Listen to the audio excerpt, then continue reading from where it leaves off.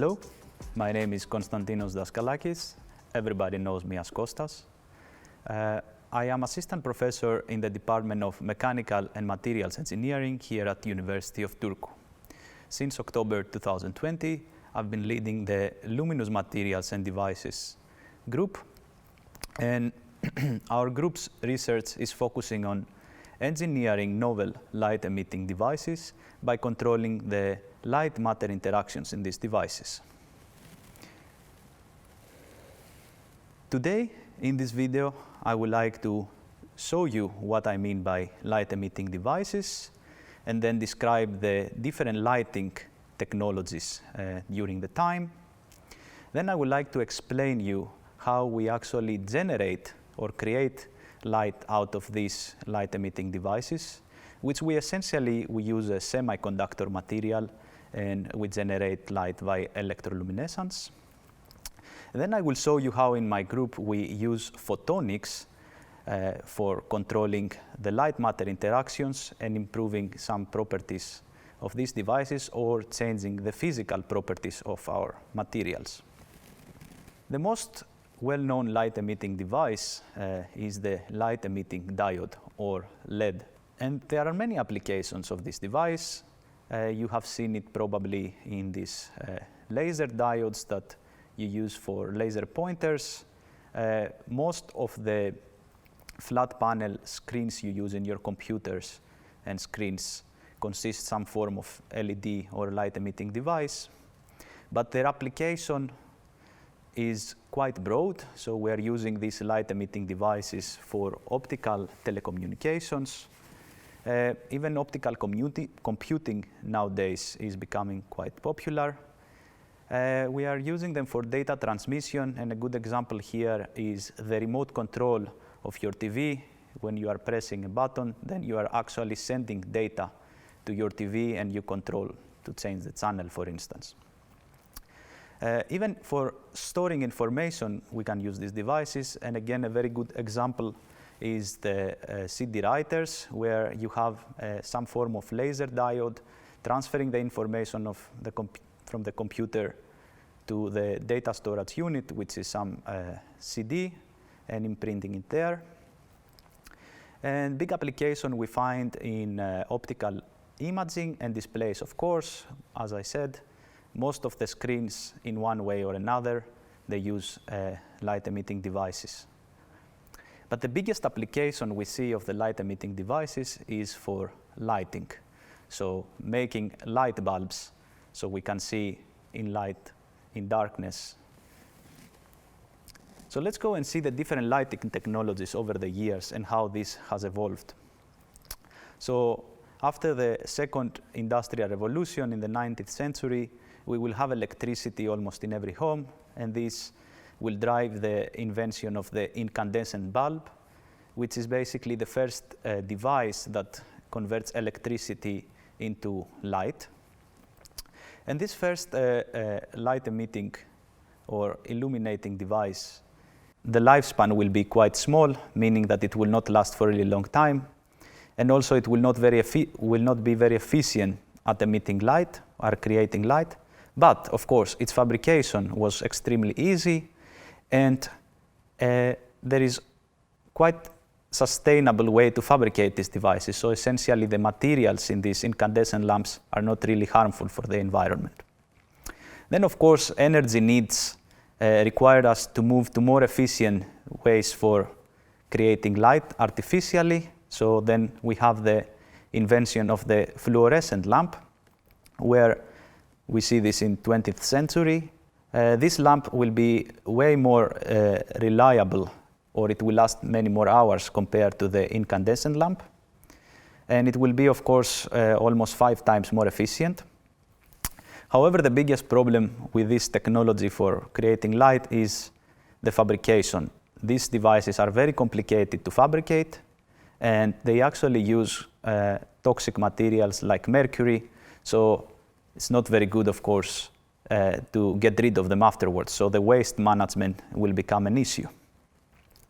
Now, in the 21st century, as you all know, we are moving towards the LED lamps, which is, of course, is the most efficient technology for creating light from electricity. It's also the most reliable technology, so this type of lamps will have really long lifespan and very high efficiencies. And their fabrication is still quite resource intensive, so it requires us to use complicated methods in order to make these lamps, but nothing compared to the incandescent lamp case. So this is a great technology for generating light, LED lamps.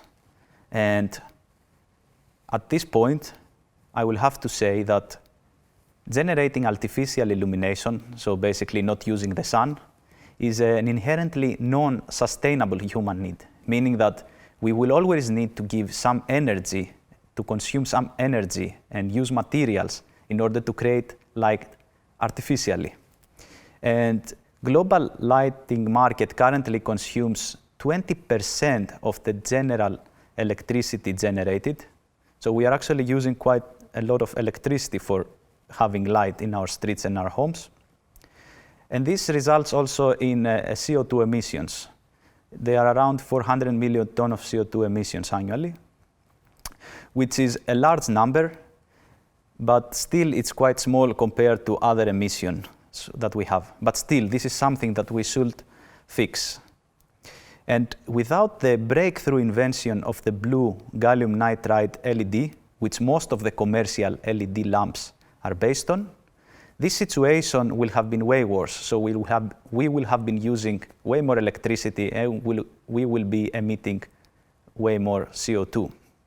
And this actually LED invention was so important for humanity that the inventors were awarded the Nobel Prize in Physics in 2014. So this is excellent news because it seems that we have found a technology for creating light artificially that is very efficient. But what are the drawbacks? Is there a negative environmental impact here? As a matter of fact, LED lamps only consist traces of rare earth and toxic heavy metals. So a single LED lamp is not so harmful. The problem comes when we are looking how many of these lamps we are selling every year. And people are keep buying and buying and buying. So because these lamps are so mass-produced over the years, we are start having problems such as these traces of toxic materials are actually accumulating. And these fabrication processes, so the ways we are making these lamps, they are resource intensive. This means that now we are making many of those, so this starts becoming a problem. And because we have so many made over the years and we are keep making a lot of those, now we have this waste management problem. So how to get rid of these lamps afterwards when they break and how to recycle them. So there are some environmental impacts related to the fabrication of these light-emitting devices and the waste management. But as I said, we have an excellent technology for generating light from electricity efficiently. Can we do something for making the materials and the fabrication processes more efficient? So my group is focusing on using a different category of materials for making LED lamps.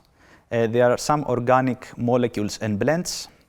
And this type of category of materials and devices, they are called organics, and the LED lamps made of organic materials are called organic light-emitting diodes, or OLED for short.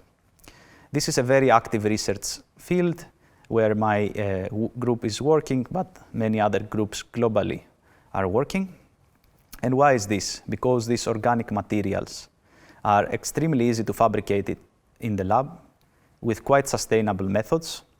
And also these OLED devices are very easy to fabricate, so we don't have to use a lot of energy or a lot of materials. So this seems that solves the problem here.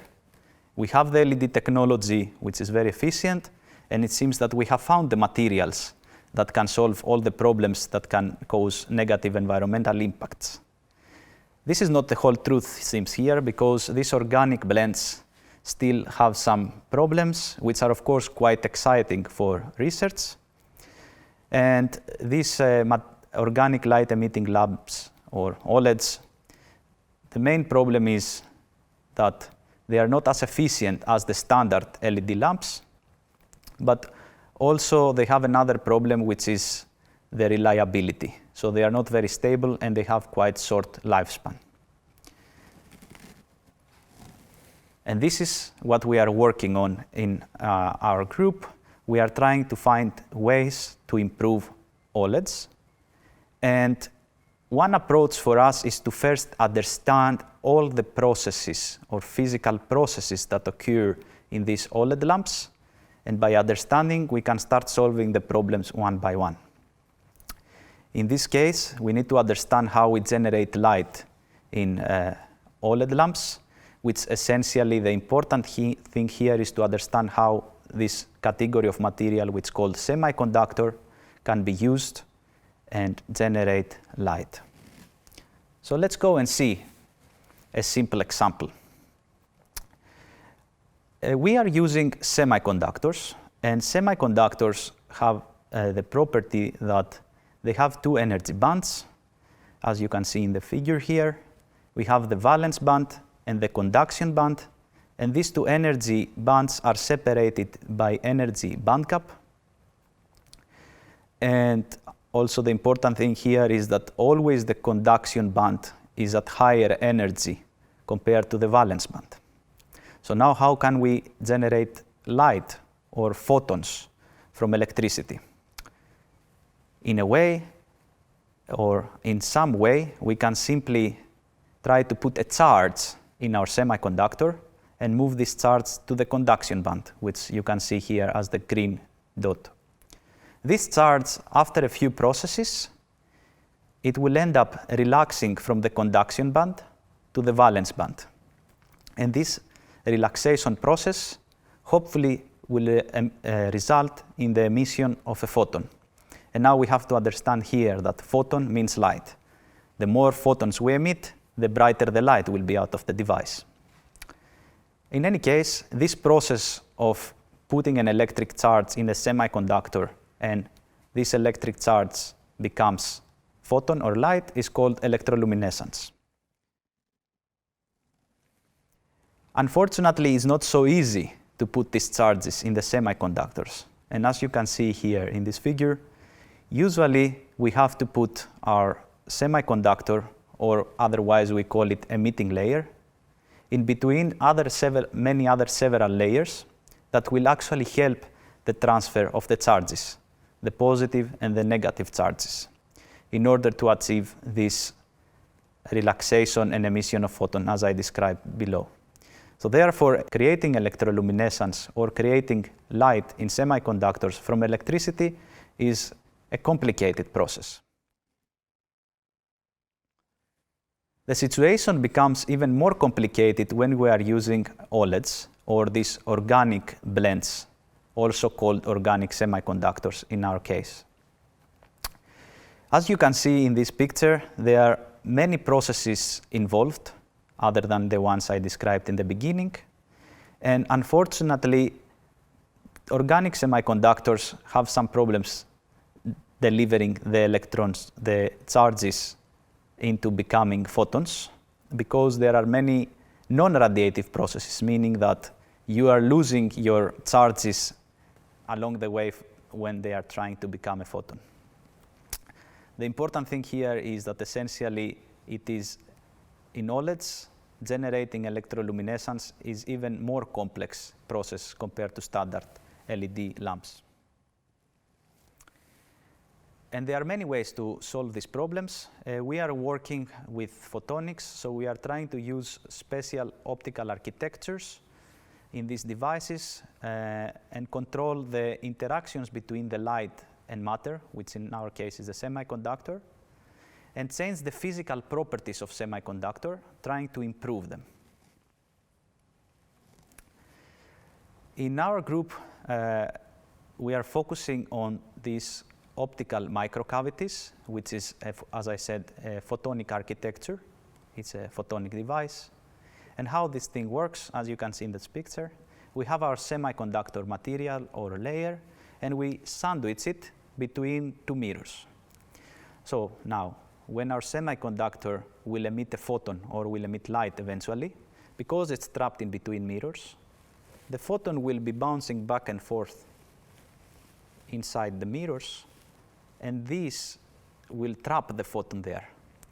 And because the photon is trapped, now we can see slowly, we can see that there will be some interactions between the photon, the light, and the actual semiconductor, which is the matter in our case.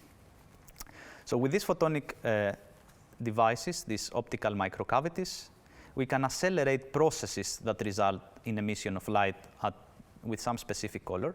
So essentially, we can make the devices emit more photons, so become brighter and more efficient. And we, of course, can suppress non-radiative processes, meaning we can suppress processes that they will deassociate the photons. The most interesting part in our research is that we are trying to go beyond these simple light and matter interactions.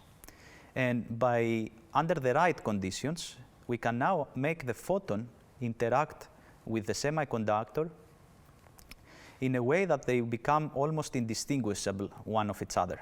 This is the strong light-matter interaction regime. And this can create two new energy states or eigenstates that have special properties, because essentially it's a mixture between light and matter. But we already see here with these photonic devices, we have already altered the physical properties of the materials, since we have now created more energy levels. And if we look at this comparison, we can see on the left side, we discussed the semiconductor before goes in the strong light matter regime, and we can see the processes as we described before. But then when we go to the strong light matter regime, we can change totally the processes, and the material, even though it's the same, will behave as if it was a different material. And now we can harvest this property, and we can engineer devices with the materials that we already have, but making them to act as we want them. So we can truly engineer the materials and the devices. In our group, of course, we are not only focusing on improving OLEDs and make them brighter, we are also working on using these molecular blends and organic semiconductors for creating laser diodes. We are also trying to shrink these laser diodes to the nanoscale and also make them operate very fast, because essentially these lasers or laser diodes can be used for transferring information, so you want this information to be able to transfer across places very quickly. And another big part of our research is focusing on fundamental science, where we actually try to manipulate the dynamics in these molecule blends and change them beyond the device limit and understand the physics so we can improve the devices later. So thank you. Please don't hesitate to contact me if you have any questions or if you would like to study more your materials and your devices in our group. Thank you.